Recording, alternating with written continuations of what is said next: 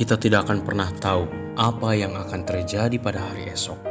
Namun yang perlu kita tahu bahwa tangan Tuhan akan selalu menopang hidup kita.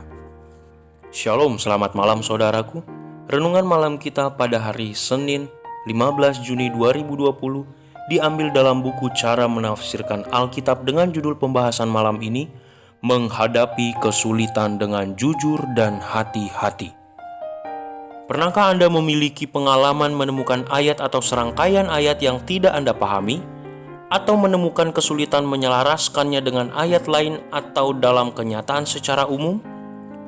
Sulit membayangkan bahwa Anda tidak pernah menghadapi masalah ini pada saat-saat tertentu. Pertanyaannya adalah, bagaimanakah tanggapan Anda? Atau yang lebih penting, bagaimanakah seharusnya tanggapan Anda? Bacalah 1 Tawarik 29 ayat 17. Aku tahu ya Allahku, bahwa Engkau adalah penguji hati dan berkenan kepada keikhlasan. Maka aku pun mempersembahkan semuanya itu dengan sukarela dan tulus ikhlas. Dan sekarang umatmu yang hadir di sini telah kulihat memberikan persembahan sukarela kepadamu dengan sukacita. Amsal 2 ayat yang ke-7. Ia menyediakan pertolongan bagi orang yang jujur, menjadi perisai bagi orang yang tidak bercela lakunya. Dan 1 Timotius 4 ayat yang ke-16. Awasilah dirimu sendiri dan awasilah ajaran. Bertekunlah dalam semuanya itu, karena dengan berbuat demikian engkau akan menyelamatkan dirimu dan semua orang yang mendengar engkau. Apakah yang dikatakan ayat-ayat ini yang dapat diterapkan atas pertanyaan bagaimana kita menghadapi ayat-ayat yang sulit?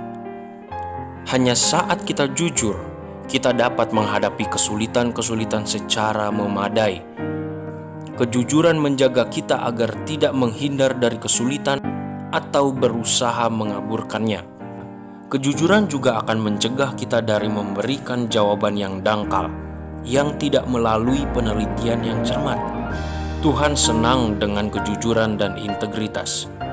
Karena itu, kita harus meniru karakternya dalam semua hal yang kita lakukan, bahkan dalam pelajaran Alkitab kita.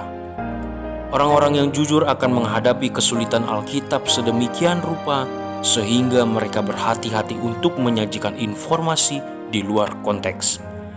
Mengubah kebenaran dengan bahasa retorika atau menyesatkan orang lain dengan cara memanipulasi bukti. Jauh lebih baik menunggu jawaban yang memuaskan atas suatu kesulitan daripada mengelak atau mencoba memberikan jawaban yang tidak memuaskan. Efek positif lainnya dari bersikap jujur dalam mempelajari Alkitab kita adalah bahwa hal itu dapat membangun kepercayaan. Dan kepercayaan adalah inti dari semua hubungan pribadi yang sehat. Itu lebih meyakinkan orang daripada sekedar jawaban yang lemah. Lebih baik mengatakan bahwa Anda tidak tahu bagaimana menjawab pertanyaan atau menjelaskan ayat-ayat secara akurat daripada mencoba hanya mengatakan apa yang ingin Anda katakan, yang mungkin bukan yang sebenarnya. Orang-orang yang berhati-hati ingin mengetahui kebenaran firman Allah dengan sungguh-sungguh. Oleh karena itu, pastikan konsisten bahwa mereka tidak terburu-buru mengambil kesimpulan yang didasarkan pada pengetahuan yang terbatas atau bukti yang lemah. Orang-orang cermat bertekad untuk tidak mengabaikan aspek atau detail-detail apapun yang mungkin penting. Mereka tidak tergesa-gesa dalam pemikiran tetapi teliti dan rajin dalam mempelajari firman Allah dan semua informasi terkait. Apakah yang Anda lakukan atau apa yang seharusnya Anda lakukan dengan ayat-ayat yang Anda tidak sepenuhnya mengerti atau yang tampaknya tidak sesuai dengan pemahaman Anda tentang kebenaran? Adalah perenungan kita pada malam hari ini. Kiranya bisa menguatkan kita untuk menghadapi kesulitan kita pada waktu memahami atau mempelajari Alkitab.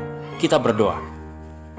Bapa yang di surga, puji syukur Tuhan atas berkat dan rahmat Tuhan yang memberikan kepada kami sebuah jaminan dan kekuatan untuk menghadapi hal-hal yang sesulit apapun kami hadapi, dan kami bisa menghadapinya dengan baik.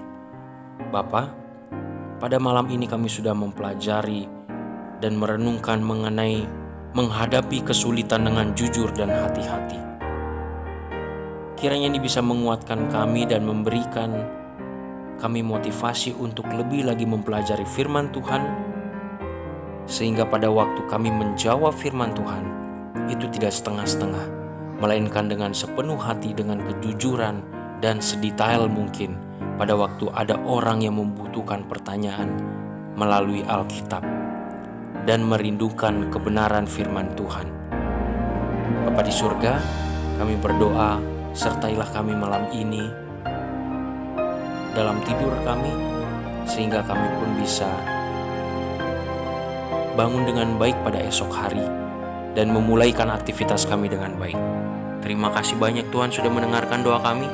Kami berdoa hanya di dalam nama Yesus Kristus yang adalah Juru Selamat kami. Amin.